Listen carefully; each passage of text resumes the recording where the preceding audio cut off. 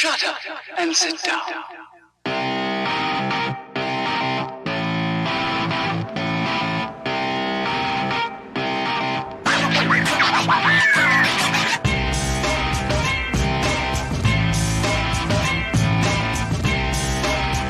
The ChampCar iRacing series is back in 2023, and there are new cars, new tracks, new race formats, and new ways for our racers to win awesome prizes that could take them closer to racing in the real world with the ChampCar Endurance Series. Round one comes to you from Road Atlanta.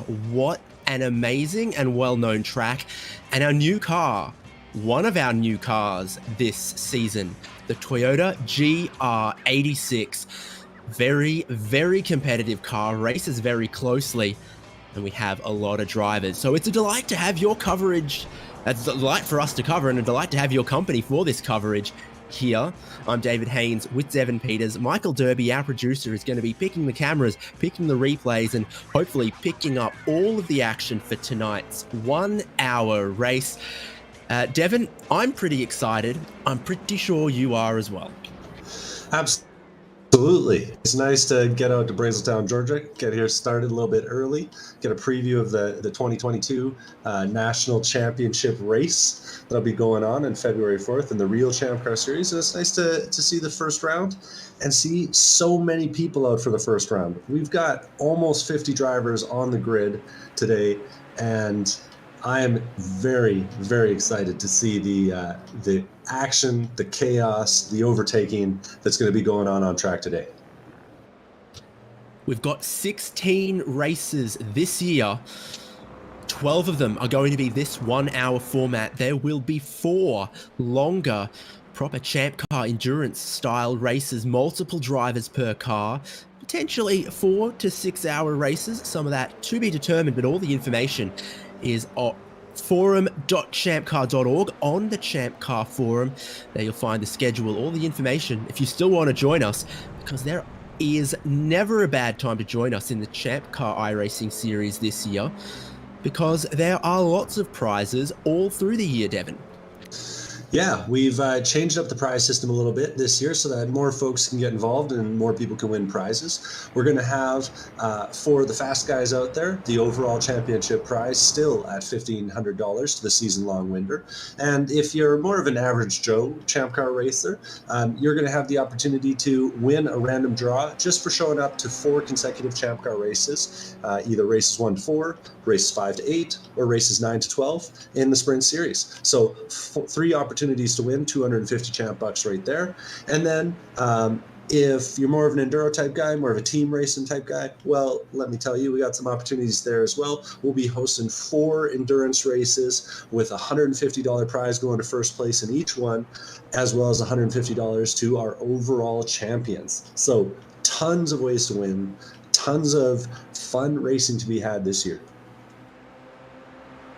Absolutely. So as we stand right now, qualifying underway, 10 minutes away from the start of our 1 hour race. Everyone in this Toyota GR86, very shiny, very new, and I hope everyone's enjoying driving it.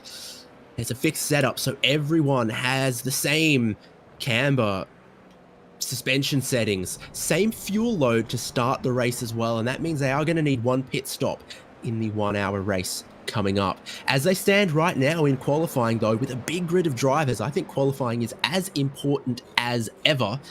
Joshua Soto, previous race winner, very competent racing Mazda Miatas. Well, in this Toyota, he's up top. Tony Alfano looking second at the moment. And the double Alexes of Albert and Coffard are qualified 3rd and 4th at the moment. I heard that as this track continues to pick up some marbles, etc., with lots of drivers out there, it doesn't appear to be getting that much quicker. But 18 drivers within a second, Devin, that's a positive sign. Yeah, it's going to be tight at the front, and a track like Road Atlanta, it's really not about where you start. It's about how well you survive. It's a track that's tough to pass at. There's a lot of patience required, and once you get to that back straight with these cars, it's going to be no holds bars. I'm expecting 3 wide, 4 wide, going down into turn 10A, and we'll see what comes out the other side.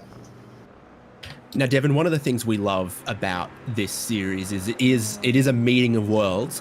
There are drivers with us here that are sim racers, iRacers who've never been on the track, never raced before, and they're racing for the chance to win some ChampCar credit, maybe put themselves closer to joining us at America's great circuits in the ChampCar Endurance Series. But there's also many names on this drivers list recognizable to you and me, long time and quite successful ChampCar Endurance Series drivers who love to get on the sim, get on the computer and race with us here on these Wednesday nights.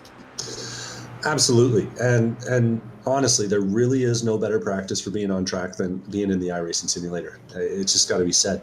I know me and you, we both started our careers in the ChampCar series after learning tracks in the simulator. So getting out on the sim, learning how a car behaves, how to catch a car when it gets misbehaving underneath you. Those are the kinds of skills that you can learn. And time and time again, we see the guys that come from the ChampCar iRacing series and get onto the real track. They perform well. They're skilled drivers, and they do all the things that you'd like to see an endurance racer doing. Yeah, I think there's a 9 out of 10 strike rate on that one. Just be careful of the German speakers, but everyone else really, taking that experience, that muscle memory, and applying it to the racetrack. Hopefully, as we go, there'll be some liveries and some paint schemes out there that are familiar to people who like to watch ChampCar live or that see us and participate around the tracks of the USA. So we've got one of the Kruger-tuned cars, I think, there, Mark Kruger.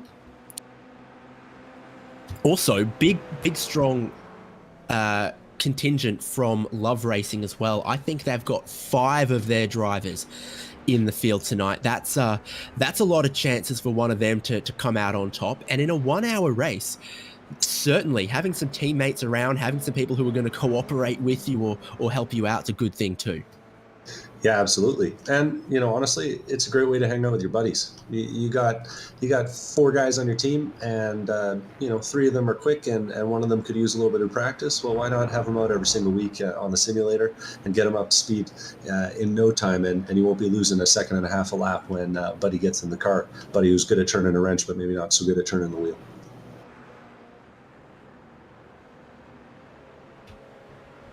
So still 18 cars within a second of pole, as I think a lot of the drivers still take this as a practice session as well, as a chance to feel out the car and the track. And of course, with this many cars out on circuit at Road Atlanta, it's a good professional proper racetrack, but it's not as long as some of the other ones that we're going to go to later in the season either. There's a lot of traffic out there, which is key in this qualifying and will be key in the race. Yeah, I would hazard a guess that the difference between the top 10 right now isn't their individual 1-lap pace. It's how effectively they were able to manage traffic and how effectively they were able to time that draft down the back straight. All these guys are capable of putting in low 36s all alone. And we're really seeing the guys who are skilled with other vehicles around them that are rising to the top of the pack here.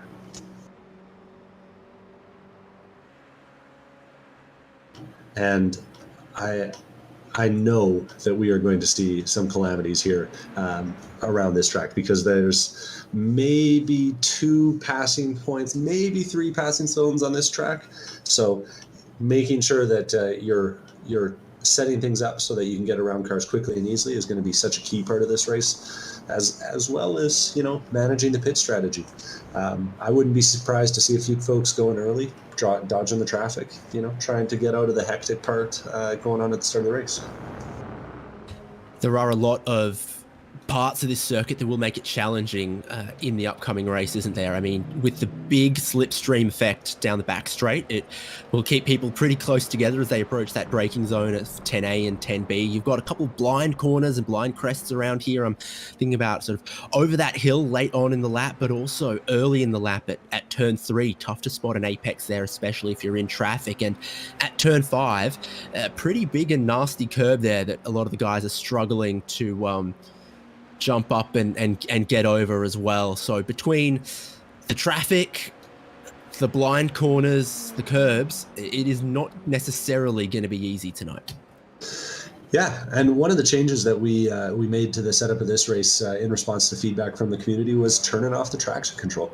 Guys took it out in the practice round and they said, no traction control here. And so we are going to see some drivers driving a little bit more aggressive of a setup and having to handle a car that's willing to oversteer all the way around.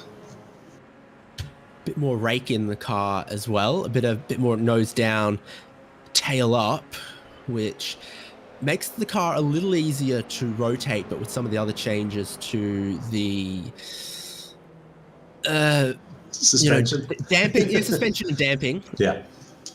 It should be a little more predictable in what it's doing, because there's nothing worse than a car that doesn't want to turn until it does, or a car that wants to turn and then doesn't. If it's going to be a little pointy, but always, and you know what it's going to do when you go into the corner, then you adjust to it and you learn.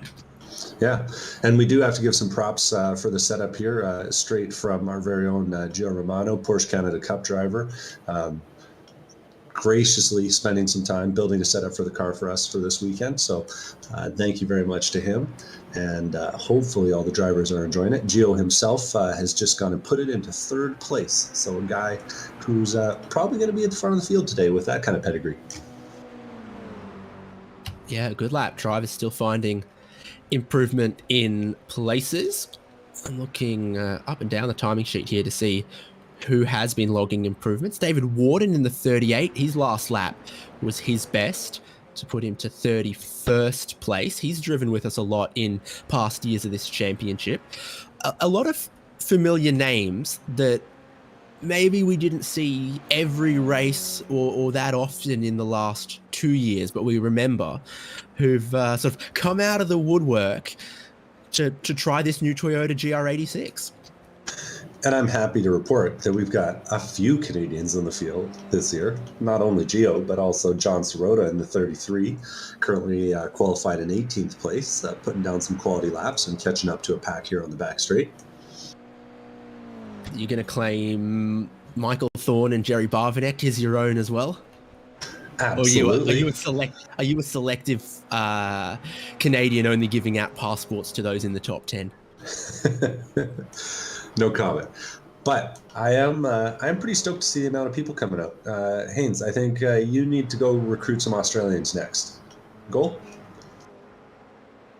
Yeah, but if we move the race start time to 2 or 3 a.m., I'm not sure the ChampCar checks are going to keep cashing. So I think we've reached the sweet spot here with 9:30 p.m. Eastern for our racing. We've got a great field of sim racers, but a lot of names up and down this grid. I'd say fully 3/4 of them we recognize, or we know who they race with in the real world ChampCar Endurance Series. So it's great to have all of them competing against each other here. And sometimes, your home track might be Road Atlanta, someone else's home track might be, the other side of the country. You might not cross paths that often, but here on iRacing, you can race against other ChampCar members that you just might not see that often.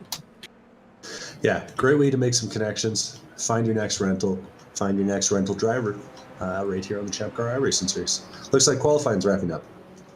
That's right. The checkered flag is out at the start-finish line. Drivers will be able to complete the laps they're on, but then that will lock in our grid for the 1-hour race coming up. Will be a rolling start, as ChampCar races are used to, but it will be a 2-wide rolling start, as ChampCar iRacers are used to. Cold tires on this car, I think it is just a little twitchier than as they get pressured up. And, turn one can be a difficult pinch point on an opening lap, and then it continues to narrow down as you approach the S's, which are typically a little more single file. So it will be a tough start to this race here. Yeah, patience is going to be key. I got to think, especially if you want to be in there at the end. Really, the passing points aren't on the first half of this lap.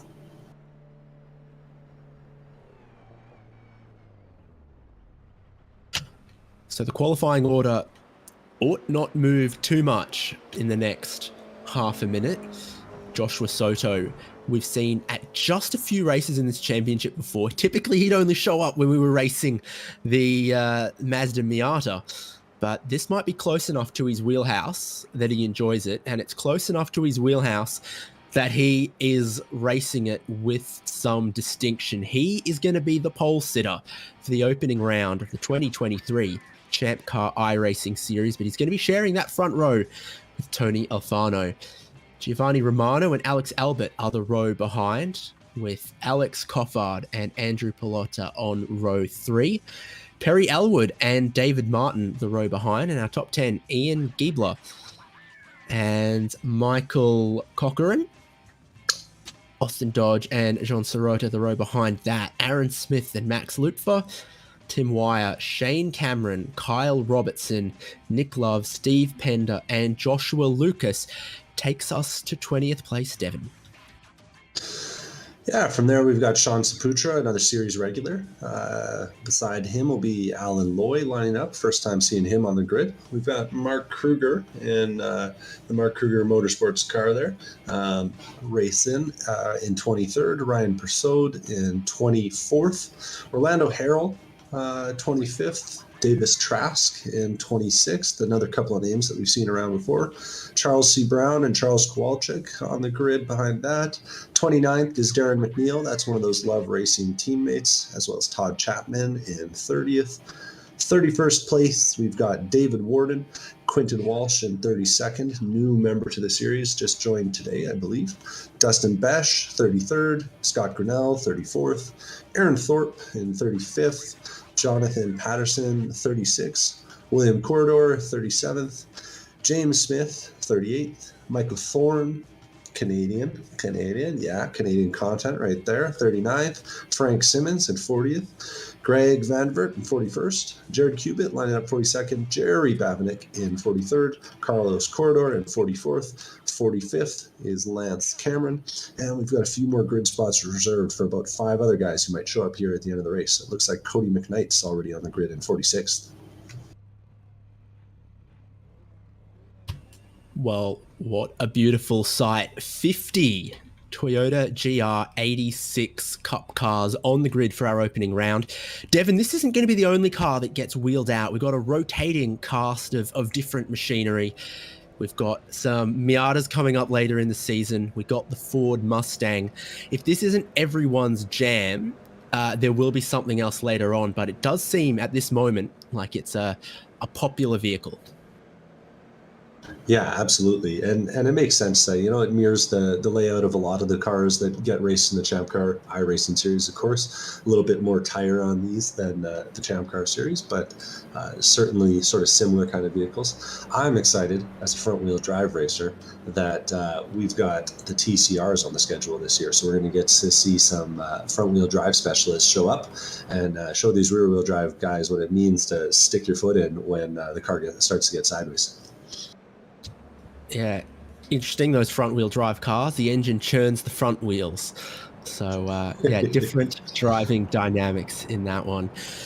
What goes through your mind if you're, on pole on the front row here? Because there is a massive grid behind you. They are going to pick up your slipstream, something fierce down that back straight.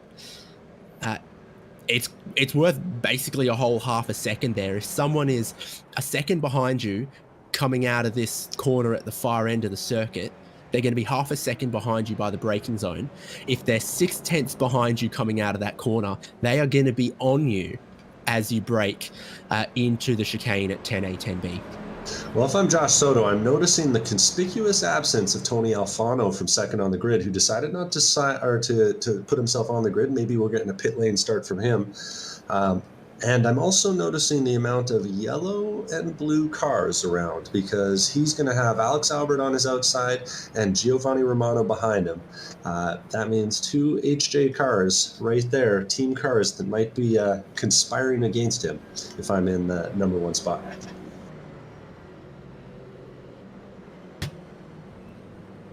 Well, shortly the racing gets underway. It is an hour. There will be a required pit stop at pit entry to drivers right at the bridge. There's a tough one downhill with a little chicane in it. That could be make or break in this style of pack racing. The pace car is in. The green flag is out. And for 2023, the ChampCar iRacing Series is go. Drivers are being responsible by the looks of things, except for that 3 wide into turn 1. Well, at least our leaders make it through, but they're still side by side, with Albert looking to go around the outside and into the lead. On your pole sitter, Joshua Soto, who looks like he slots back into 2nd place. Not a bad place to be with that slipstream as powerful as we said it was.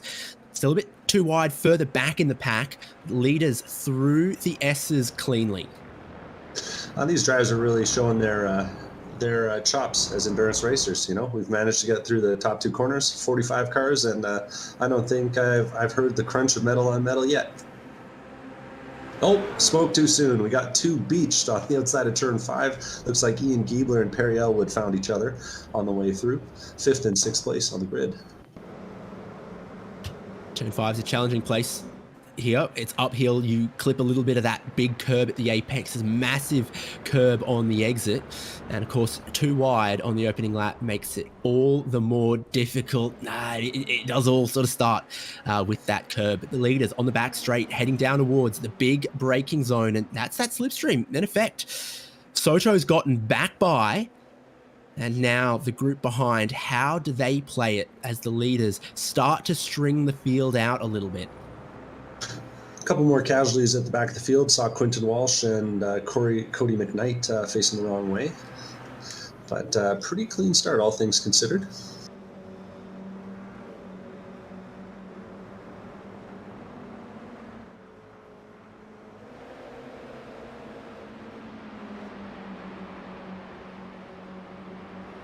Going 3 wide up here into turn number 2 for 2nd. Looks like Gio's backed out of it. Discretion's the better part of valor sometimes. Andrew Pilata, though, holding his own after qualifying 6th. He's found his way all the way up to 3rd on the first lap, following Alex Albert closely behind Joshua Soto, who's starting to put together a little bit of a gap. We'll see how long that carries on.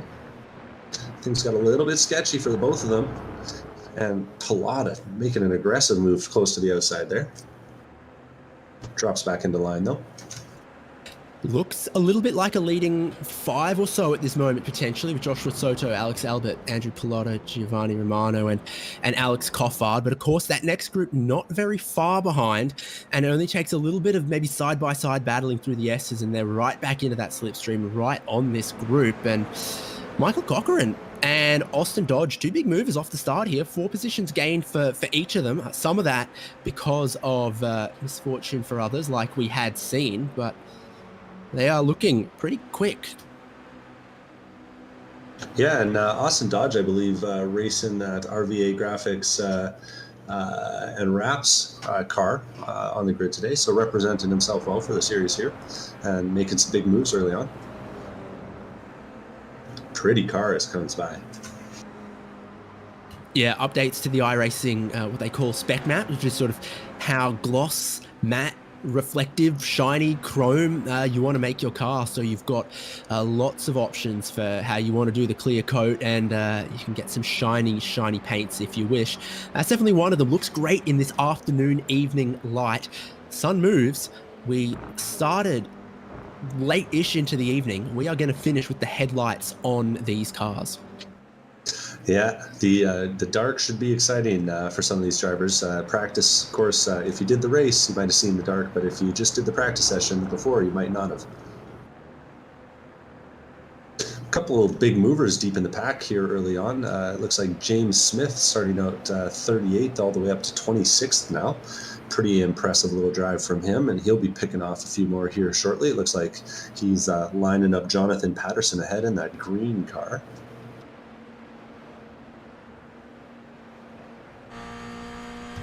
Yep, a couple others. Frank Simmons is just behind that as well, and they're all up more than 10 positions through that section of the pack. From the onboard, you get a good idea of what this Toyota GR86 Cup car is about. No one's seen it in real-world competition yet.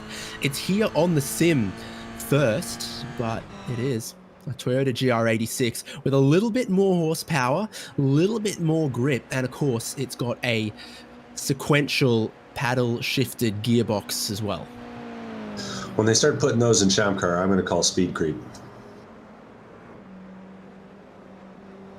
Oh, give it 10, 15 years. Yeah. Yeah, they've definitely got the muffler on them, though. Like, they're set up for racing at Laguna Seca, so, you know, quiet little four cylinders as they come whirring by. Fast lap from deep in the field that time. Nicholas Love running in 14th place, up 4 spots from the start. He put in a 1:35.5 last time by. Flying out there. Nearly would have put him on the pole. Yeah, it looks like he's sort of just off the back of Tim Wire, and Shane Cameron might have picked up a good slipstream down the back straight, and it really does help, but they wreck in front of him. Car on its lid. That's Tim Wire. You said the name. That's a car. It's a commentator's curse. He slid it over the turn 5 curb, bounces it off the wall, and there's no recovering from that. That's an expensive one. That's what we were talking about, that exit curb there. He's got just a little bit too much of it. The car has sort of gotten floaty on him, gotten wide, and clipped that wall, and he's ended up in a massively compromised position, unfortunately. Yeah, if you see your rental driver taking that exit curb, you better have a lot of confidence in him. I can tell you that.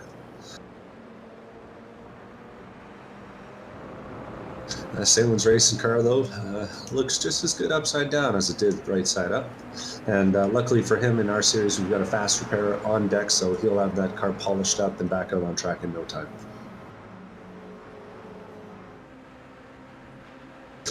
Racing at the front's been pretty single file so far. Josh Soto and Alex Albert staying nose to tail. Andrew Pilata, Gio Romano, and Alex Crawford not far behind. And then another little group of 3, Michael Cochran, Austin Dodge, Dave Martin, and Aaron Smith rounding out the top 8. Max Lupfer's trying to hold on in 10th place, but he's got a little bit of a gap. We'll see if he's able to close that back down, or if he'll lose the draft of this front group entirely. Early phase of the race here is really going to be sorting out who's fast over a long stint, not who's fast over one lap.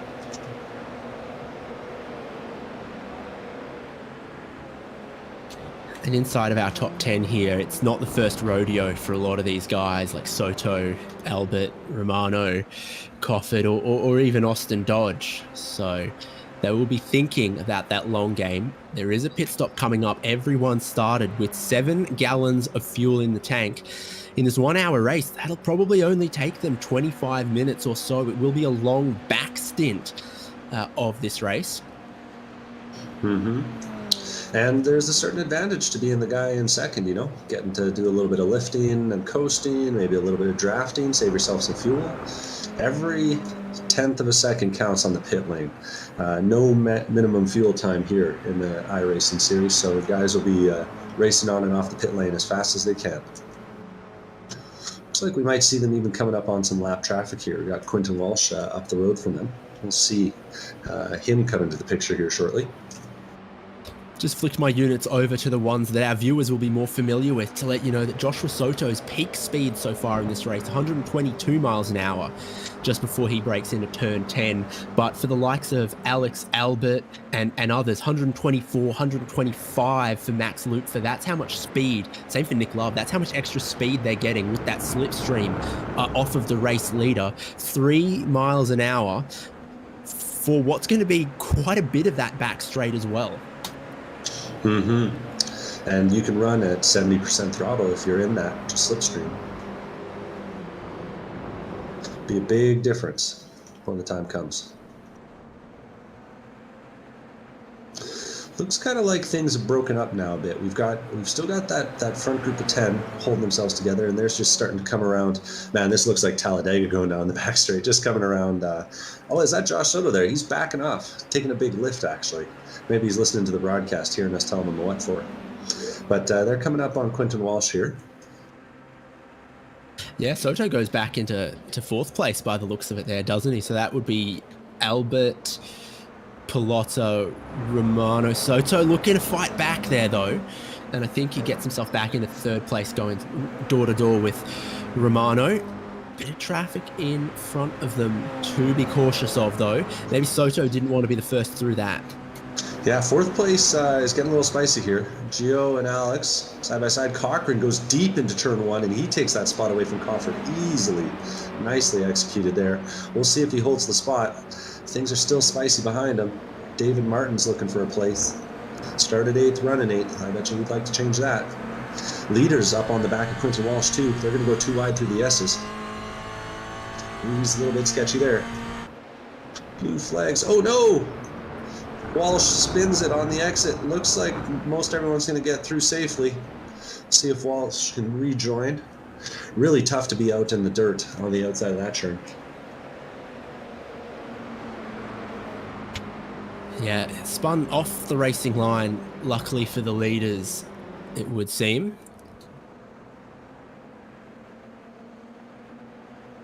Headlights have come on as well, by the way. You notice that it's gotten dark enough. You got to switch the headlights on. It comes on for all of the cars, and just a sign that the sky will continue to get darker, and by the end we'll be racing by the light of headlights, RV lights, pit lights.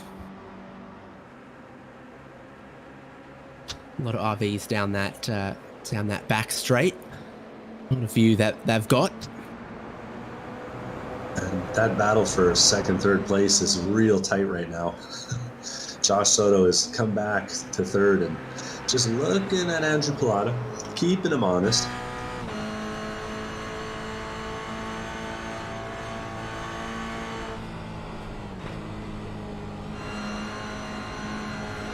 It's 7 laps complete of what my predictor is calling a 38-lap race. Not matter, it's 1 hour on the clock and then the checkered flag comes out. Sounds about right.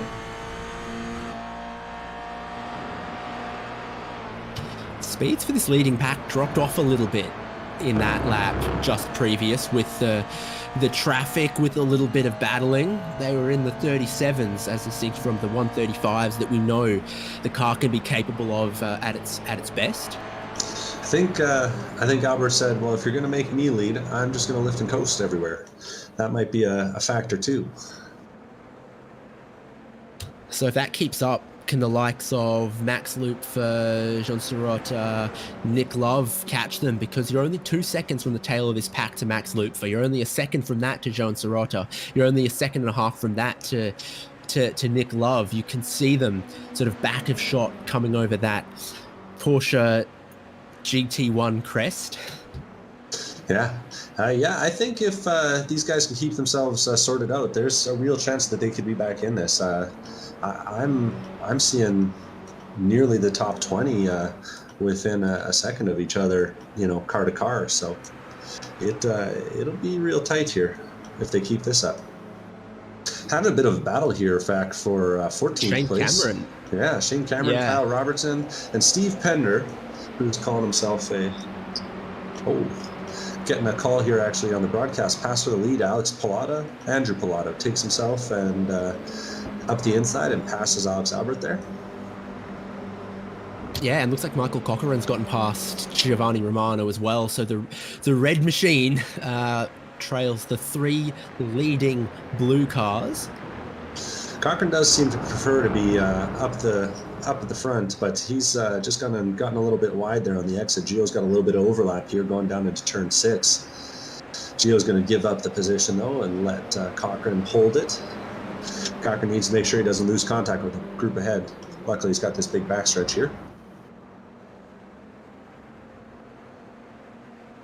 Yeah, it puts just a couple of car lengths in it, but with that speed difference, we're talking about 2, 3, maybe a little more miles an hour as you follow in the draft.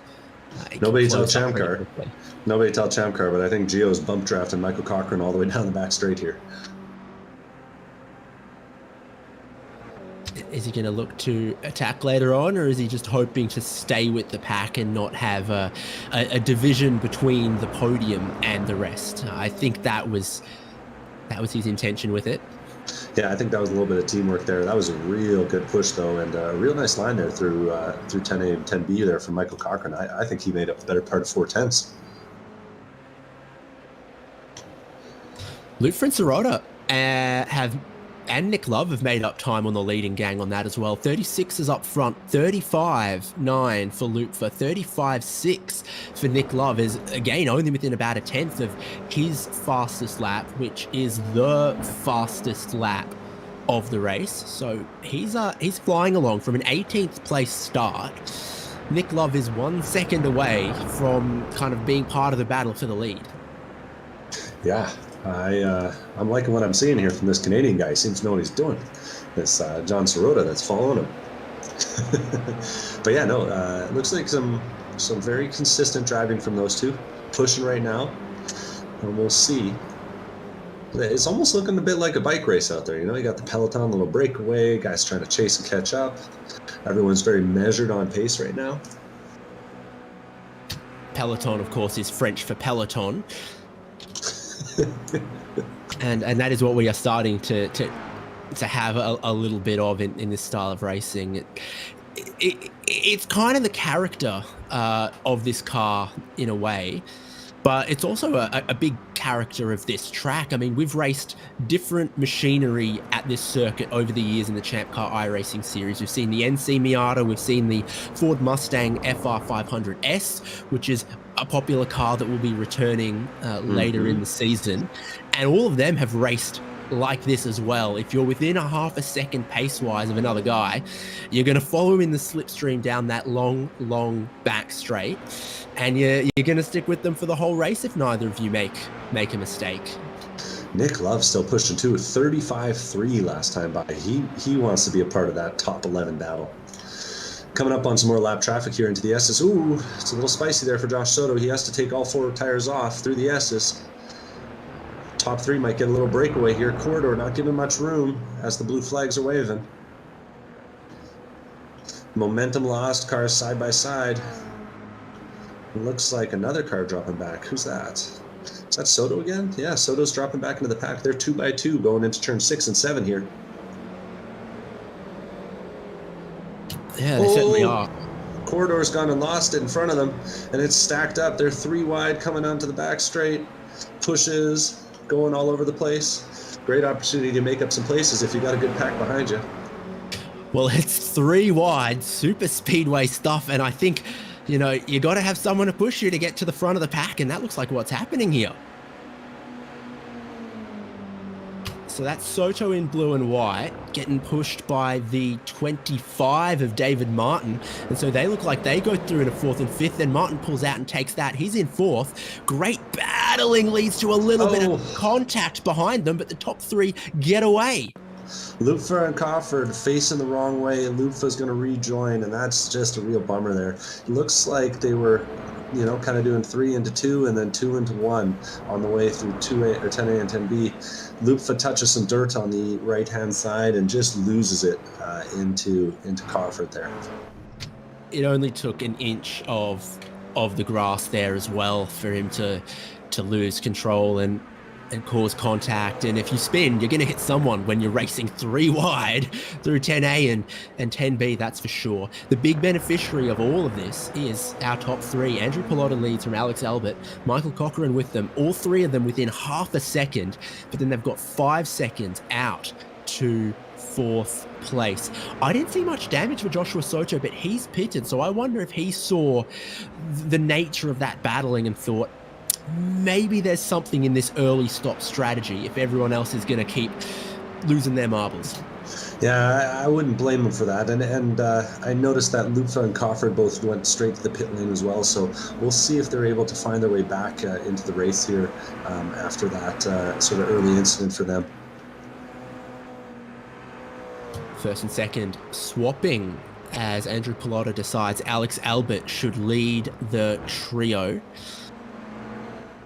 Well, and it is a trio now. They've truly broken away. David Martin, Austin Dodge, and Gio, as well as Aaron Smith and Nick Love, kind of all got dropped, dodging the chaos that was brewing in the middle of 10A there. So we'll see if that group can, get well behaved enough, get nose to tail enough that they can join up at the front. But just like we kind of thought, it's a bit of a race of survival around this track.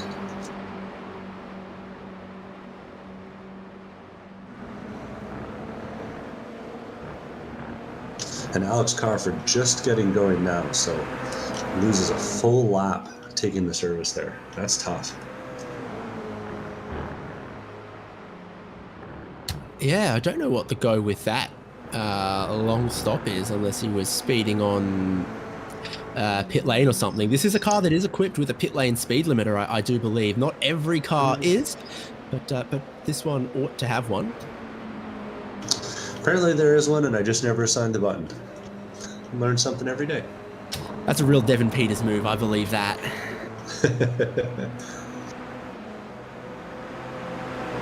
I mashed the button a few times, and it didn't work for me, so I figured there wasn't one. Who knew? Operator error? Really? Oh.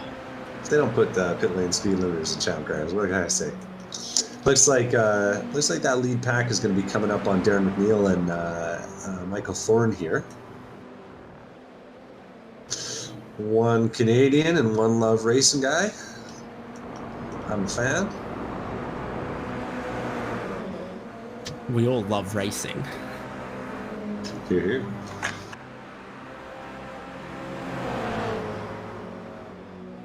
Oh, and looks like Aaron Smith's taken a relatively early pit stop. Right around the 25-minute mark, so not too early. But we'll have to keep those pit stops in the back of our mind. Even the guys that stopped a couple laps early because of the contact, other than the time they last stopped, they probably won't lose too much with the pit window being pretty early in the stint this time around.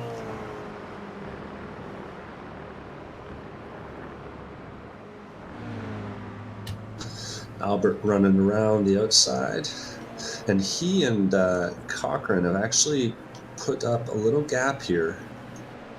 Pilata's going to have to be real aggressive getting around this lap traffic if he doesn't want to lose the leaders. He is. Nose in, yeah. Gets quite a lot of that apex curb. I mean, slid it pretty good. Yeah, absolutely. And you look at some of those curbs around turn 5, and there's no way to make the cars completely compliant over that kind of curb. You do, they'll just take more. It's an unsolvable problem in that way. Yeah, and this is a car that doesn't really seem to love the curbs too much. It just it really bounces on the way over them, even with the suspension as soft as we've got it here. Tunable on the shocks and the dampers as per your high speed, low speed, blah blah blah. So you can try to help it out in that way. A lot more drivers for pit lane. David Martin, no surprise. Nick Love with his hot laps and relatively slim drafting opportunities is in pit lane on the slightly earlier side. No doubt he would have been thirstier in the opening run, but it looks like we're about at that phase. Yeah, good stuff going here. Battle for the front still raging. Mark Kruger and Ryan Purcell are showing themselves to have taken a lot of spots, but some of that's going to be from the pit lane cycling through as well.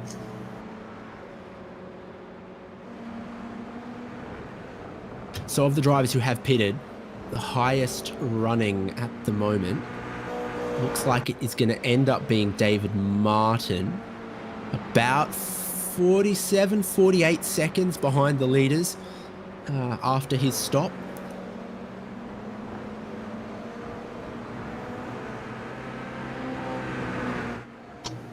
Oh, it looks the like guy stopping Soto's going a whole lap down. Yeah, it looks like Soto actually managed to pop out ahead of David Martin there. So Yeah, guys running with good pace on their own, navigating the traffic. Traffic definitely a factor at this point in the race, especially because it looks like some of the back half of our grid is running a little longer than the front half of our grid. Here come the leaders. Alex Albert goes to pit lane. Michael Cochrane follows him in, and I imagine we're going to see probably the bulk of the rest of the field here. You've got to be careful in a big field like this, looking to spot where your pit crew is, because they will have moved since practice and qualifying. The pit allocations get reassigned based on the qualifying order. So your pole sitter, Joshua Soto, was right at pit exit. The middle of the field or in the middle of the pit lane. So Albert finds his crew in Bay 4. Cochrane finds his where he qualified 8th or 10th or about wherever it was. Andrew Pilata stayed out and might be regretting it. Got held up through the S's by Perry Elwood, who's lapped down that time by. Seeing any drivers taking tires there, Haynes? I think Albert might have got up on the jacks for one tyre, and he's been beaten off the lane. Did you see that? Cochrane making the pass on the pit exit, too wide in the pit exit, after the pit lane speed limit switches off. And Michael Cochrane gets a little bit of the jump. Both of them still ahead of Joshua Soto, but only just. Soto did have some good laps in clean air, some of those 1-minute 35s, and that is relatively rare company. I think you've only got 10 or so drivers who've put in a 1-minute 35 in this race. So if you can do one in these racing conditions with a bit of traffic around, that is a very competitive time. Yeah, I think that's the real advantage to having some of that pace in qualifying, is that when you get off cycle, you can get yourself back on cycle, get yourself back in that draft. Aaron Smith took a whole heck of a lot of curb that time by, but interestingly enough, he's just behind Alex Albert, even after the stop here. And Aaron Smith was not that close to Albert, I think, prior to the stop. So I wonder if people have gone a little short on fuel, maybe hoping to make a little bit up in the draft. Can we double check that Giovanni Romano is running the same setup that he sent to everyone else? He is, because I said it as a rule. But yeah, he has been very tactical here, I think, and will probably be the only driver looking to complete 17 laps on this opening stint, because Pilota, Dodge are in. Almost everyone else has been in, just waiting on Orlando Herrell and Jerry Barvanek and Darren McNeil. Very economical, that guy. You got to when your exchange rate's how it is. Here. But no, he'll certainly have learned some good fuel-saving tactics, racing in the Porsche Canada Cup like he did, and those races certainly put some respect on it. That.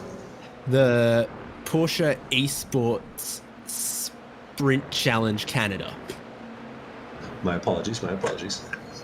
Too wide through the S's here. Tough place to put yourself for Mark Kruger, but he gets through. The Kruger-tuned car in 14th place at the moment. Yeah, I think Cochrane's currently running first of the people who have pitted, and he's got lap traffic ahead, lap traffic behind, but then Alex Albert behind that, about a second and a half, maybe 2 second gap between those two. And then Aaron Smith right behind Alex Albert, running probably third on the road. Josh Soto not too far behind that either, and then Andrew Pilata another second and a half, 2 seconds behind. Yeah, this is all closing back up after the pit stop here. It bodes well for Michael Cochrane if he can keep just a couple of lapped cars, a little bit of traffic between himself and his pursuers, because then that's what you got to do to give yourself an opportunity to have that slipstream broken and to try to stay away from the pack and the hungry piranhas. Giovanni Romano is done with his stop, and he's going to rejoin behind Cochrane, probably with sort of third, fourth, or fifth there. So everyone through the lane. Michael Cochrane in the 28 car with a 2.5 second lead. It's all fallen well for him. Good racing. Yeah, really good, really clean through the traffic, and kind of showed in his early racing. He was, just picking through the race, picking through the pack early on in the race, and really making good time. So, props to him. Well done. And let's see if he can hold that gap through the next section of the race here.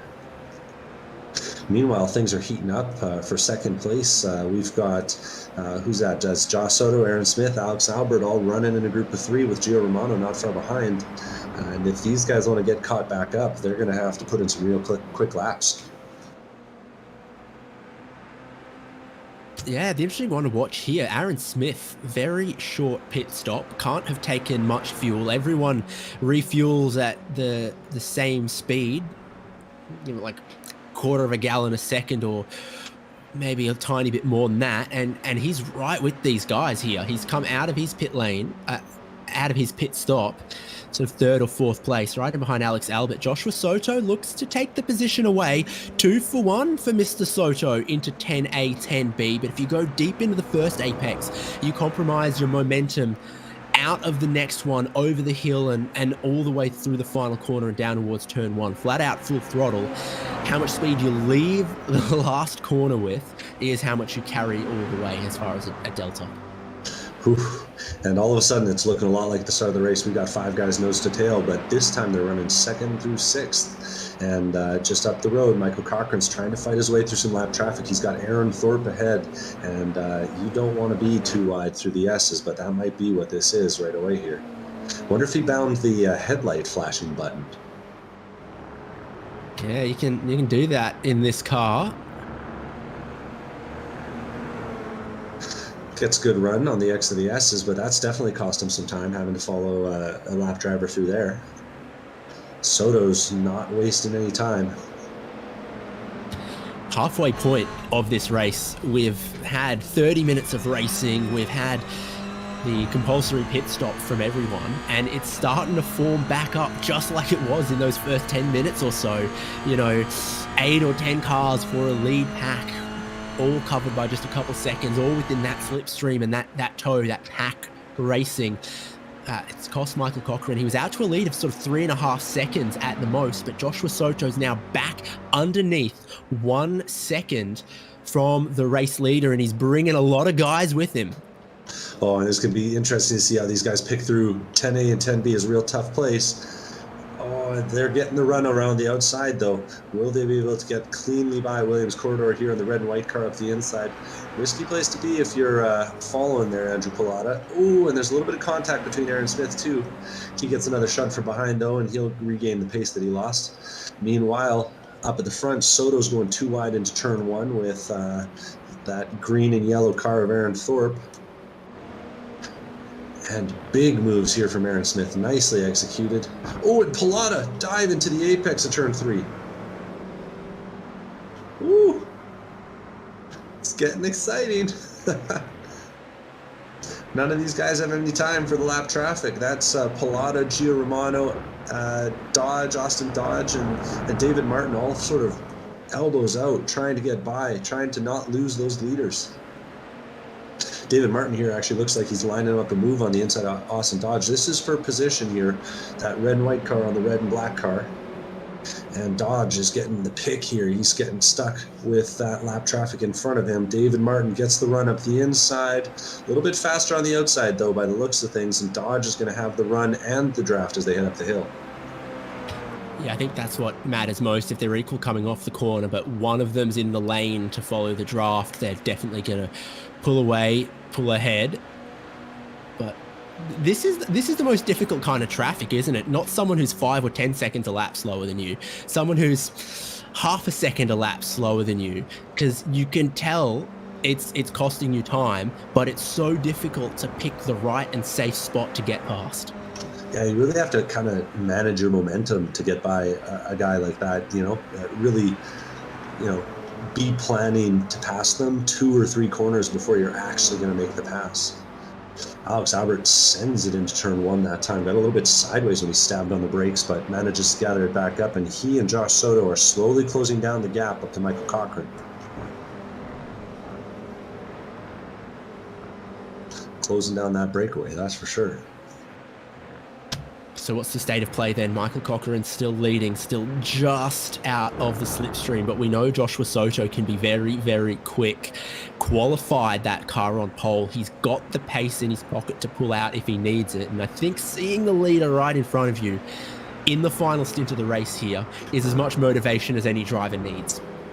Yeah, absolutely. It helps when the guy's only 1 second ahead because they're about to go up this back straight. And 1 second, that's well within the range of the slipstream. So I got to think that they're going to be sucking right back up to each other this time. Well, Michael Cochran's done well for himself through turn 6 and 7. And if you are in that sort of 1 second bubble, a good drive off of turn 7 is super important. Yeah, you can just about hold on to the draft. Ooh, a wrecked car on the left side there. That looks like James Smith in the yellow and black BM car. Hood's off the car. He stuffed it in the wall, but he's going to stay off the racing line. Ooh, that got exciting there for a moment. Stay off the racing line for the most part as he limps it back to the pits. Well, if he's on the left-hand side with the damaged car and pit entry is on the right, he's got to make that merge at some point, doesn't he? Not easy to do. Yeah, I just saw some headlights coming up behind him, and it got real close there for, that looked like Austin Dodge in the red and black car there. By name, by nature. He knows what he's doing. David Martin. Second and third of Joshua Soto and Alex Albert catch this leader. I think Cochran's held the pressure very, very well because he had 3.5 seconds of lead. It almost all got wiped out, and he hasn't panicked since then. And they've been, right there, ready to hook him if he lost 1/10 or 2/10 with a mistake, but he just didn't, and he's just kept them beyond right hook range. Yeah, well, and it's tough being the first guy through the field. When it comes to lap traffic, they're not expecting you to come up behind him and to be ready to overtake him. They're like, who's this new guy behind me, right? Maybe not seeing the blue flags right away, and so you got to fight a little bit harder than the guy in second, third, fourth place behind you. Yeah, and we're here at Road Atlanta, circuit length 2.5 miles. Later on in the season, when we go to some of those great circuits like Daytona, Sebring, Circuit of the Americas, VIR full layout, there's not going to be as much traffic. It's going to take you longer before you catch them because there's more real estate and circuit for them to spread out on, and it's deeper into the race before you start to catch to lap them. Mm-hmm. A lot of drama for your race leader here, though, as he's got some slightly slower cars and some much slower cars to attempt to navigate. Yeah, Darren McNeil doing a really good job of staying out of the way there for the leaders. Shout out to the Love Racing guys. They know how to handle traffic, whether ahead or behind. Sean Sputra getting out of the way too. Traffic awareness either way is super important to be successful, both here, but of course in the ChampCar Endurance Series as well. The awareness and just give a little bit of room and a little bit of corner, so critical. And it's still tantalizingly a second from first place to second place. Mm-hmm. Just on the edge there, but Soto's getting a little bit of extra draft here from Sean Saputra between the two of them. We'll see if that becomes a problem as they come through turn 10 here. Yeah, Saputra held it pretty good through there, so I don't think he held Soto up at all. Be interesting to see if Soto's able to get cleanly around him on the front straight here. And we know Sean knows what it's like when the shoe's on the other foot in this circumstance. Mm-hmm. He knows what it's like when he's trying to race for a top 10 and, he starts coming up on some cars that should have some blue flag. And so he pulls to the inside and I think he's going to let second and third through. Maybe a little close on the call with third, but he's not oblivious to what it's like being in the other guy's perspective. That confident position. Like the paint job on it too. The black and white checkers. That's always a good choice. Looking good. Pretty new car to the service, so not a huge library of paint jobs available for people just to download just yet. So guys, we've seen a lot of guys out here running variations on some of the default schemes today. Now, did I say Aaron Smith had a significantly shorter pit stop the first time around? The shortest pit stop of anyone. He's just come through the lane a second time for 8 seconds of fuel. And I wonder if he had a little bit of a mistake the first time. It needed a little bit of that second fuel jug and he only put one in, is what I would guess, unless you saw damage on that car. No, that sounds about right to me. He was going to be hard pressed, really needing to stick with someone, do a whole heck of a lot of lifting to have a chance at making it the whole length of the race. And unfortunately for him, that error is going to cost him. I think. Well, where's he showing up on the screen? That's down in well, it's only 7th place, but Drama's up front, first and second collide with a little bit of traffic, and they're stopped underneath the bridge. Alex Albert goes through into the lead of the race, and Andrew Pilota follows through into second. Romano into third. Oh, that's heartbreaker. Cochran goes up the inside, and a Laptor is coming back onto the track. That looks like Charles C. Brown was rejoining and makes a real ill-timed rejoin. Oh, got to call you out for that one, man. That's a bummer. Yeah, makes that ill-timed rejoin and ends up putting, look like Cochran into Soto, and the two of them are under the bridge and broken, rolling down the pit lane now. There's some unhappy people on the comms. No doubt, our lead battle was down at 2/10, and then it's gone. Albert, Pilota, Romano, the three of them together under a second. Yeah, that group will now be forming the front end of the pack with David Martin not too far behind. Michael Cochran's already out of the pits, though. He's running, by the looks of things, 6th place, but 30 seconds back, with Aaron Smith just up the road from him. Oh, that's heartbreak. But hey, it's a long season, and these guys are racing for points as well as for the chance to win $250 out the door prize. So as long as you show up and stick around to the end of the race, you got a shot at all that. Really changes the complexion of it, but we've still got 3 up front, 19 minutes left, probably 12 more laps of Road Atlanta.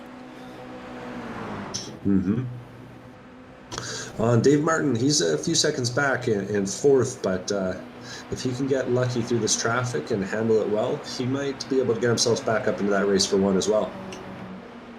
He's on the comm saying, thank you guys, thank you, as the guys are letting him by.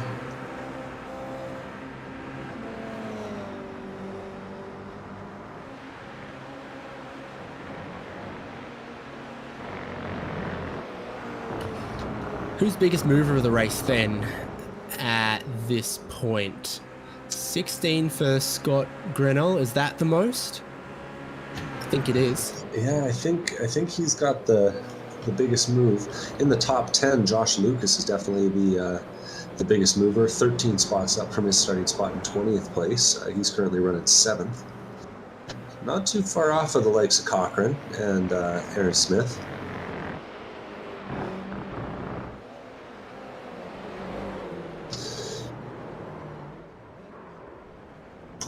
Oh, Scott Grinnell makes some contact there too. We're seeing on the replay. It looks like he and was that James Smith? Yeah, made some contact there in the S's. We'll see if these guys are able to join a little bit more safely, staying off the track for now.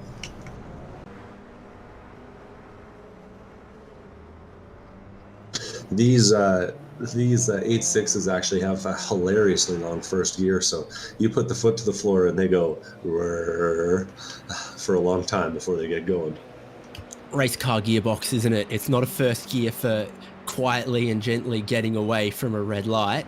It's a racing gear. It's the first of the racing gears. Yeah, run it, Rich. Get it moving.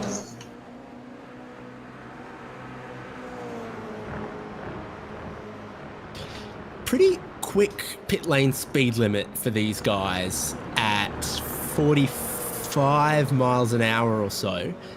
And it's not a massively long pit lane.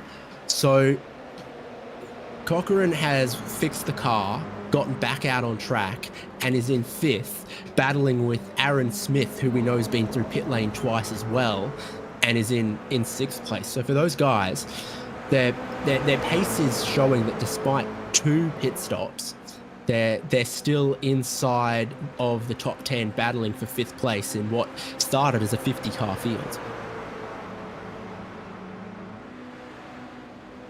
Really shows off the pace of some of these guys up at the front. iRacing has a rating system, gives everyone a points value relative to their skill and performance over a series of races, and well, let's just say the pointy end of this field is composed of some top 5, top 3, top 1% drivers, according to the iRacing system. 10 laps to go. Andrew Pilota leading Alex Albert and Giovanni Romano, all of them within what looks to me to be about 0.3 of a second or half a second there. And I always say, if you're in the pack, everyone has got an equal chance of the win, because you know from second, from third, you can make a big run, make a move at any time, right up until that checkered flag. Charles Balcha makes a big move out of the way there for the leaders. Appreciate that. Probably don't need you to hit the brakes. Move to the side is nice enough.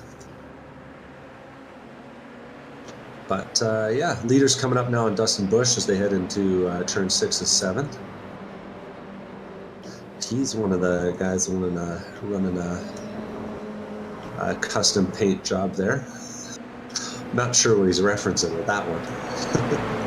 I don't know if that's a tofu delivery car, but there's plenty of them getting around. Mm-hmm. How about David Martin, though? Faster than the leaders on the last lap, 1.2 seconds off of 3rd place. Just needs a couple more tenths, and it's a 4-way fight up front. Yeah, and he's been really benefiting from that Sean Sapucha draft these last few laps. I think Sean's been sort of slowly falling off the back of the leaders, just not quite having the pace that they do. 3 wide under the bridge. Hold your breath. Scary for a moment there. Yeah, that's the risk, though, right? You're following the lappers, and then all of a sudden, oh no, dear.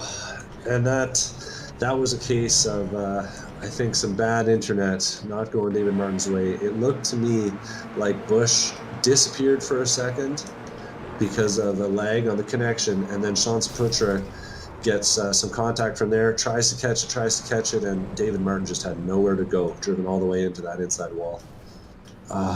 And that's a blowing motor for him. So he's going to have to limp that thing back around to the pits, and he'll get a fresh one in an instant, but about the worst place it could happen, unfortunately, because now he's going to have to run a full lap, oiling down the track a little bit, and try and make it to the pit lane. Hopefully he knows that you can't run full throttle, otherwise that thing will blow up before he makes it back. Where'd that lap time just come from Josh Lucas? Wow, 35. What was that? 35.2. That's flying. Yeah, to bring the heat to Michael Cochran and Aaron Smith in the battle over 4th place. Yeah, and that was not for position there with the green and yellow car. That's Aaron Thorpe that they're getting by just there. But yeah, that was a heck of a lap from Josh Lucas. Haven't seen one of those from him. His fastest lap in qualifying was a 36.5. So he's gonna have found something last time by. Sometimes you learn a little bit when you're following the guys ahead. But this will be an interesting little battle pack here, battling for the back end of the top 5. These guys will be, of course, considering the points. And with the amount of guys we've got on the grid here today, I think that points and race wins are going to be a lot more competitive than they maybe have in some of our previous seasons.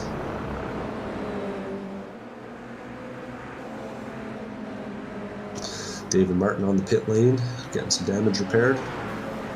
Hopefully he remembered to check the box on his fast repair there. Or the flip is hopefully he remembered to uncheck it before the first pit stop. True.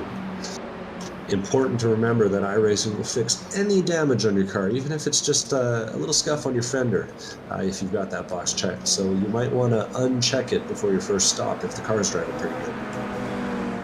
Yeah, if you've got one get out of jail free card, you might as well, save it up for a felony. That's what they says in Australia, eh? That's what I say. David Haynes is not a lawyer. Aaron Smith and Michael Cochran have broken away there from Josh Lucas a little bit. Looks like he got held up through the S's by James Smith. He's working hard though through turn 7. All 4 tires sliding, and I think he'll be in range for a draft here coming down the back straight.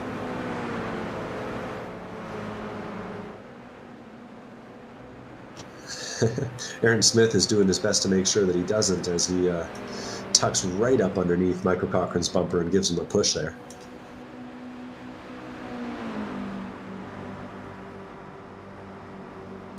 Yeah, sure does. The power of 2 Toyota GR86s.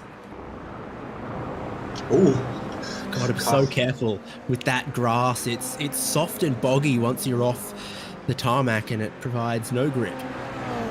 Yeah, iRacing, I'd go so far as saying even a little more punishing than real life for putting the tires on the grass. Then again, I haven't spent a lot of time racing on slicks, but wow. Once you put one tire halfways off, it's going to punish you. Bill knows I can vouch for grass and gravel doesn't have a whole lot of grip when you're going sideways through it. Really good angle there of those 3 cars going through turn number 3 up on 2 wheels like bicycles that time by. Meanwhile, back at the front, Andrew Pilata and Alex Aubert have been working together, and they've managed to put a little bit of distance between themselves and Giovanni Romano here. Alex takes a look up the inside though, says no more of that, I want to race. Makes sense. 10 minutes to go, time to start thinking about which position you want to be holding the last lap. And side by side brings Romano right back into it as well. He just dropped into a little bit of a no man's land.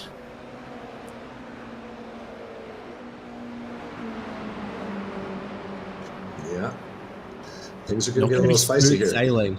Not going to be smooth sailing for these final 10 minutes, though, for our leader as Pilata looks with the nose down the inside. It's a blind crest there. You can hardly see the corner until you're upon it when you're sitting in the driver's seat. And when you're in the daylight, it's a hard corner to find, much less in the nighttime. And some of these drivers might be doing their first laps around here in the night. Skillful driving, though. Jared Cubitt manages to keep it on track, and the 3 leaders managed to get by without incident. If they're on the ChampCar forum or on the ChampCar iRacing Series Discord, they could have joined us for the practice race a week ago, and there will be one before every championship race. Feel out the conditions or the light or whatever. I can tell you that my sim laps in the car around VIR went a long way in the downpour of 2017.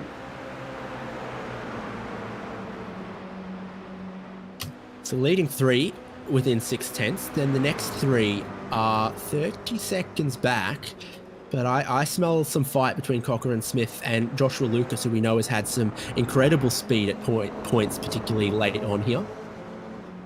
Yeah, I'm going to be watching those 2 battles for sure. I'm also keeping a little bit of an eye on the back half of the top 10. It looks like Max Lufa, whose name we haven't said in a while, and Kyle Robertson are nose to tail for 8th and 9th at this point. So still some points to be decided there between those 2.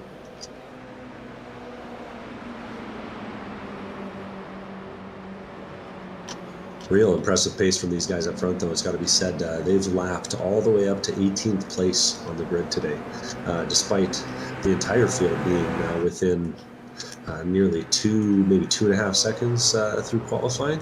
So these guys are really flying and really showing a lot of consistency out here. Pilata's got a little breakaway here.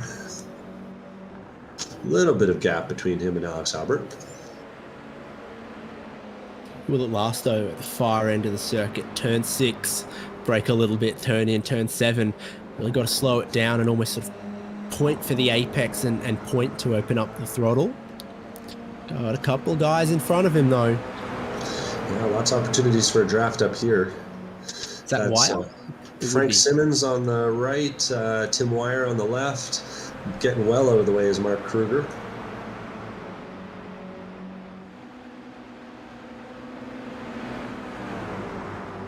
And lap traffic making themselves scarce, helping out. These guys using the onboard communication system to their advantage, able to talk to all the other drivers. So on the chatter, we're hearing guys getting out of the way. Gio gets a little bit unlucky there, gets held up a little bit by Darren McNeil. No, sorry, that's Frank Simmons on the outside of him.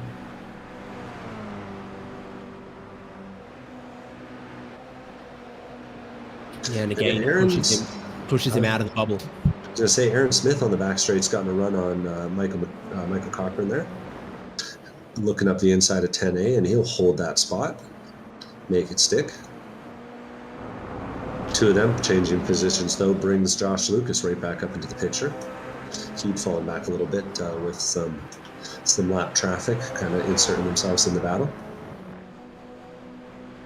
5 minutes to go here. That's right, 4 more laps. Alex Alberts closed that gap back down, and they've put another car between themselves and Gio Romano. That's Dustin Bush this time. So at least Gio will have some draft, but he's going to have to make quick work of that if he wants to have a shot at that battle. 2 seconds back at the line.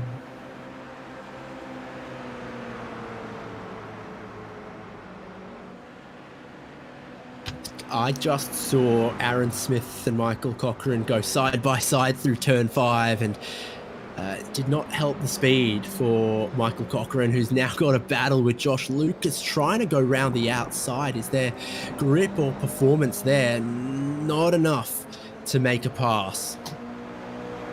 Aaron Smith's internet connection looking a little bit sketchy there too. I saw him flicker in and out a couple times. Hopefully that doesn't become a factor.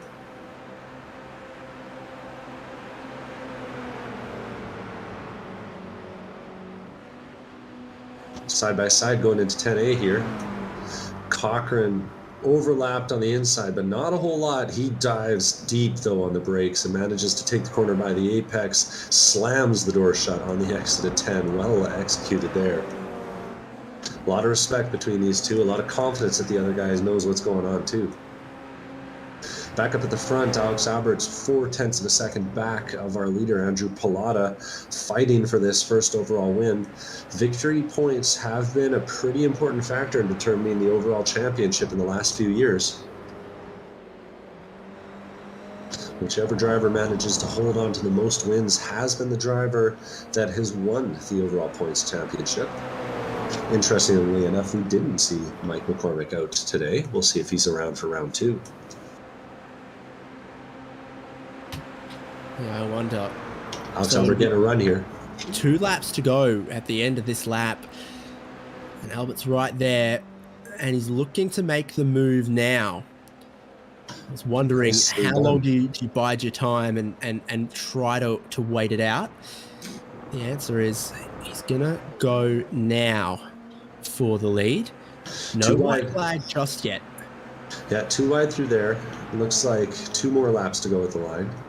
And 2 wide through there has meant that Gio has taken a little bit out of them. He's 1 second back now. He was 2 seconds back before.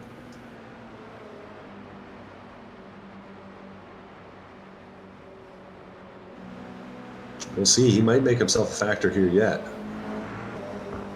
If it's a pretty clear track in front of them for at least the next lap or so, then Albert's not going to be able to get away from Pallotta. The race pace between them close enough that they just get magnetized back together down the back straight every single time. So maybe Albert's been counting backwards on his fingers and toes. He said, okay, if I pass with 3 to go and he passes me with 2 to go, then I'll pass him with 1 to go on the final lap, if that's how it's going to get played. Could easily be. We'll see if Andrew Pallotta plays the game. We certainly will. There could be a lot to still unfold with about 3 and some miles to go. I just love how Road Atlanta has this corner perfectly timed for when the run comes on the draft. You know, that little kink in the straight there, turn number 9, I think they call it. Aaron Smith and Michael Cochran are nose to tail for 4th and 5th too. I'm keeping an eye on that battle. Battles all the way through the field. So one more lap for Albert, Pilota, and Romano to settle the victory. Smith and Cochrane look like they're going to fight this one out through to the end. Perry Elwood and Ryan Persaud are battling over 10th and 11th. I saw a battle down in 22nd and 23rd for Giebler and Walsh. Everyone having something to fight for to the end here of the opening round of the ChampCar iRacing Series in 2023 at Road Atlanta. Traffic in the S's for our leaders, and Pilota goes out onto the grass. Albert keeps it on the road. Giovanni Romano on the final lap. Is that his music? He'll be in range down the back straight this final time. Michael McCaughrean's throwing it up the inside for 4th and 5th, but keep the camera on that battle for 1st place. He keeps it clean. He's taking 4th. Albert right up against the grass, right up on the curb, exiting turn 7, trying to maximize his run down the back straight, but is it enough? I don't think so. Pilota's within half a second. They raise the crest, they raise the speed down the back straight, and Albert knows it's going to be who is best on the brakes at the end of this straight here, because he's going down the middle of the road. He wants to defend the inside if he needs to as Pilota closes in. Pilota's got to choose his lane. Does he want the inside? Does he want to break around the outside? He's looking for the outside on the way in, carry the speed out and over the crest. No one's going to lift to the checkered flag here. Can Pilota carry the momentum, or will Albert come away with another win in the ChampCar iRacing Series? They're going to overlap as they cross the line, but Albert is the winner, and the margin is less than a tenth.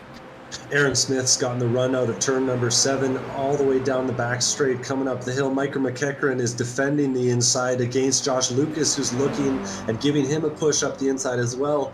3-way battle here through turn 10. Michael Cochrane takes the deep braking line and manages to put the move on Aaron Smith, and I think that he's got that locked down. A little bit of lap traffic ahead here, but they're getting out of the way. Aaron Smith gonna have to be happy with 5th place as Michael Cochrane takes 3rd across the line, and Josh Lucas holds on for 6th. Great battling here in the top 10.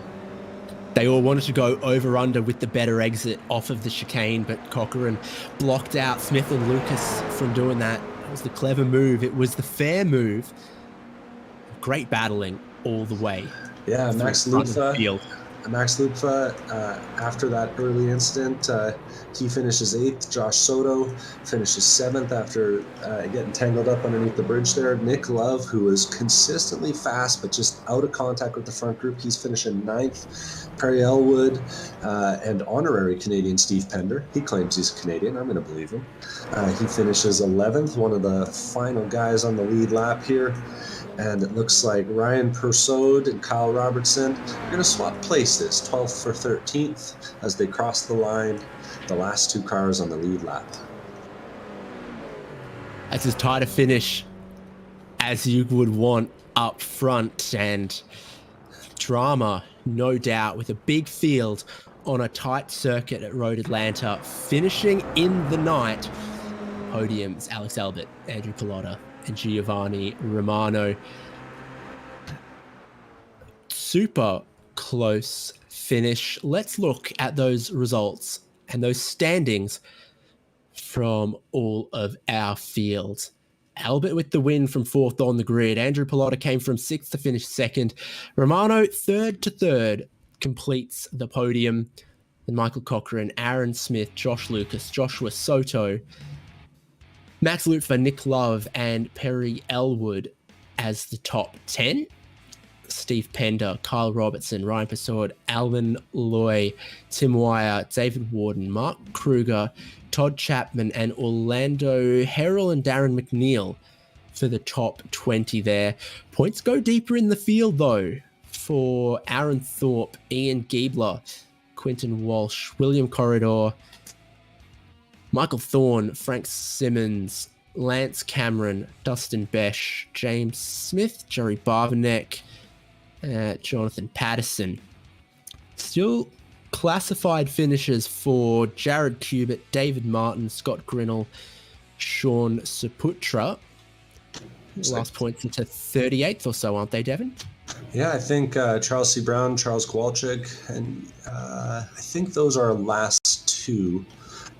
Austin Dodge might have just gotten halfway And of course, making 50% of the race distance very important for those drivers that want to qualify for the random draw door prize to all drivers that complete at least half the laps on each set of 4 races in the season. So races 1 to 4, you do all 4 races, you get entered into a draw for 250 champ bucks towards your next champ race.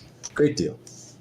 Yeah, 3 legs to that throughout the year. So the early part of the year in the first 4 races will be given 1 out, then in the middle of the year, and then 1 at the back end as well. I think we've got some guys we can chat with, Devin. Let's have a look. Yeah, going up and down the order here. Who are you seeing? I think I'm seeing our whole podium, and you should know by now I'm a 3-2-1 kind of guy. It's Giovanni Romano, and well, right in there to the tail of the race. Oh, hello everyone. Oh, look, I can see everyone too. Isn't that cool? Fancy technology. Yeah, that was. So, oh, go ahead. No, if you had some thoughts to share right off the race, right off the top of your head, eager to hear them. But I'm curious. First race in the GR86 for this championship, and it certainly looks like you can get in there and race with it. Yeah, I love this little car. It's I don't know, just ton of grip and very light, nimble. Drives nice on the setup that someone might have built. I don't know who that was, but he's a cool guy. Yeah, and a little bit of draft, so you get some nice draft racing. It's pretty good. How about the fuel then? I mean, we've gone for a sort of earlier pit stop window, but you weren't content to follow that. Saving early on, was that part of your plan? Yeah, I figured that there wasn't really anywhere to go with the tow down the backstretch, so I figured just save some fuel and see how it goes. You probably saw some people taking advantage of that, and I got dived a few times, but it mostly worked out since I gained a bunch of time on the pit cycle, it seems, so worked out all right. You're a big sweaty tryhard. We're going to see you for more races throughout the year. I definitely want to do the Toyota races. I really like the Toyota. The other cars, we'll see. Maybe it'll depend on the track, but definitely the Toyota. Awesome. Congrats on third. A big field, and you're on the podium. Yep. Thanks, guys. Thanks for running everything. Did a really good job today. Third place finisher, Giovanni Romano. Devin, have you got second place? Yeah, I've been wandering up and down the pit lane, and I found Andrew Pilata, who not only races this car in the simulator, but it looks like he might have access to one of them in real life. How's it going, Andrew? Hey, how's it going, guys? Looked like a pretty strong race out there for you today. Yeah, not too bad. I think it was just, Road Atlanta isn't my strongest track. But I struggled a little bit in practice and quality, but it kind of eventually came to me. Pretty strong performance, all things considered. Your first race here in the ChampCar iRacing series, I believe. Yep, I've jumped in a couple other practices and things like that, but this is really kind of the first season I want to try to commit to. So hopefully you'll see a little bit more of me beyond this race. Pleasure to have you out. Anything you learned in your first, official race with us? Yeah, I mean, it's honestly, it really kind of reminds me of ChampCar. I think for the most part, people are pretty aware. You've got a few that aren't, but you kind of deal with it. And, again, you try to keep the mistakes to a minimum and try to do fewer dumb things than everybody else. And it kind of pays off in the end, usually. Yeah, really tight racing between you and Alex Albert there, coming through the last couple laps, coming to the line. What was going through your mind? Honestly, it was really just to stay close to him. So, I mean, the draft with these cars on this track is just so strong. It was best to just kind of tuck in behind him. There was like some lap traffic, I think, that kind of set me off on the last lap. So that kind of killed my chances. But, I didn't want to try to take a stupid move at the end of the first race of a 12 race season. So long way to go, but good racing all around. Yeah, great job out there, and great points performance for you. Looking forward to the rest of the season by the sounds of things. Absolutely. Looking forward to it. We're looking forward to having you back next time in the Miatas at Barber Motorsport Park there. Yeah, anyone you need to thank for your performance tonight? Not particularly. I guess I'll thank my wife for letting me do this, playing video games on a Wednesday night. And I guess also Todd Chapman for not running me off of the track when I passed him, even though he owns the car I drive. So yeah. Cheers, man. Thanks for coming out. Thanks, guys.